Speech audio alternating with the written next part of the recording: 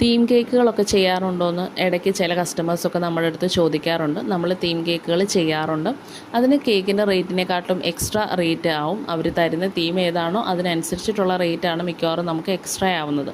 അങ്ങനെ വന്നിട്ടുണ്ടായിരുന്ന 2 കേക്കുകളുടെ വർക്കാണ് ഈ കാണുന്നത്. അതിൽ ഒരെണ്ണം ഒരു മിനിയോൺ തീമും ഒരെണ്ണം ഒരു റെയിൻബോ തീമും ആയിരുന്നു. അതിൻ്റെ കൂടെ തന്നെ ഒരു 1 kg ഫ്ലാറ്റൻ ചെയ്തിട്ട് പീസ് കേക്കുകളാക്കിയും നമുക്ക് കൊടുക്കാനുണ്ടായിരുന്നു.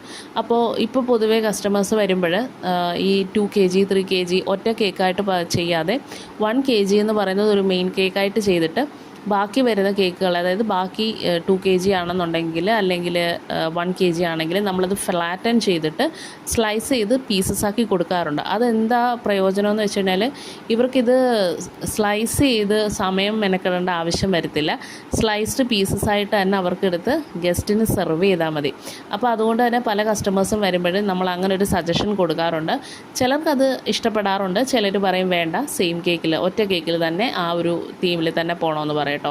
അപ്പോൾ ഈ മിനിയോൺ തീം കേക്ക് എനിക്ക് ഓർഡർ തന്നിട്ടുണ്ടായിരുന്നത് എൻ്റെ കൂട്ടുകാരി അഞ്ജു ആയിരുന്നു. ഞങ്ങൾ സ്കൂൾ മേറ്റ്സ് ആയിരുന്നു. അതിനുശേഷം പിന്നീട് കോണ്ടാക്ട്സ് ഇല്ലാതിരുന്നിട്ട് പിന്നീട് നമ്മുടെ ഈ ഒരു കേക്കിലൂടെ തന്നെയാണ്, ഈ ഒരു കേക്കല്ല, വേറെ ഒരു കേക്കിലൂടെ തന്നെയാണ് ഞങ്ങളുടെ കണക്ഷൻ വീണ്ടും വന്നിട്ടുണ്ടായിരുന്നത്. അങ്ങനെ ഇത് അഞ്ജുവിൻ്റെ മകളുടെ ബർത്ത്ഡേക്ക് വേണ്ടിയിട്ട് നമ്മൾ ചെയ്തു കൊടുത്തിരുന്ന കേക്കായിരുന്നു.